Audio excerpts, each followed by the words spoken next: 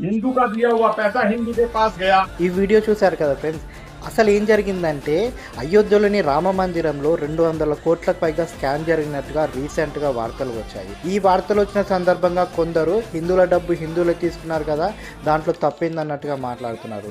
అసలు అర్థం కాని విషయం ఏంటంటే కొన్ని కోట్ల మంది ప్రజలు ఆ అయోధ్య రామచంద్రమూర్తికి అంటూ విరాళాలు ఇచ్చినప్పుడు వాటికి కూడా భద్రత లేకపోతే ఇలా ఇక అక్క స్కామ్ చేస్తూ ఆ రామచంద్రమూర్తికి ద్రోహం చేస్తున్న ఇలాంటి హిందువులని క్వశ్చన్ చేయకపోతే ఇలా.